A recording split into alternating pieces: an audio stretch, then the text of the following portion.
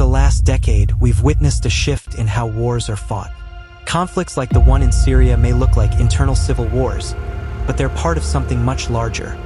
A new era of global conflict, where powerful nations compete for influence by intervening in battles far from their own borders. These aren't just civil wars. Think of Rwanda, Sudan, Syria. These are flashpoints in a worldwide struggle for power and ideology. After World War II, the world had changed. The scale of destruction, especially with the advent of nuclear weapons, made direct confrontation between superpowers unthinkable. So instead, nations like the United States and the Soviet Union began competing through indirect means, supporting different factions in conflicts across the globe. This strategy turned the entire planet into a geopolitical battlefield. Take China's civil war in the late 1940s. The Soviet Union backed the communists, while the US supported the nationalists.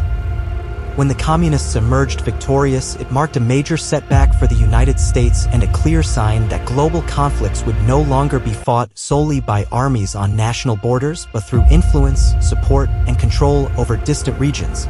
Soon after, the Korean Peninsula exploded into war. The North, backed by the Soviets and later China, attempted to conquer the South, supported by the US.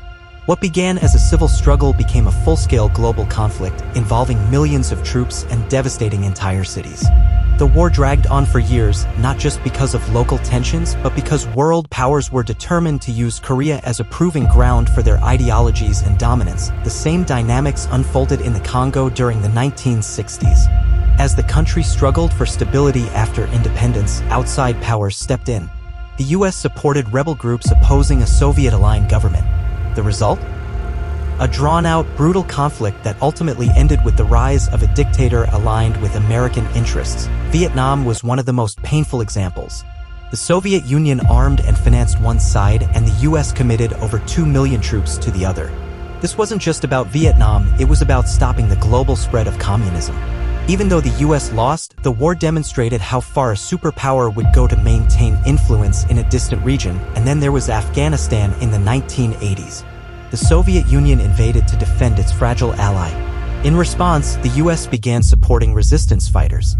For Washington, it wasn't just about Afghanistan, it was about making the Soviets bleed the same way they had once done in Korea and Vietnam.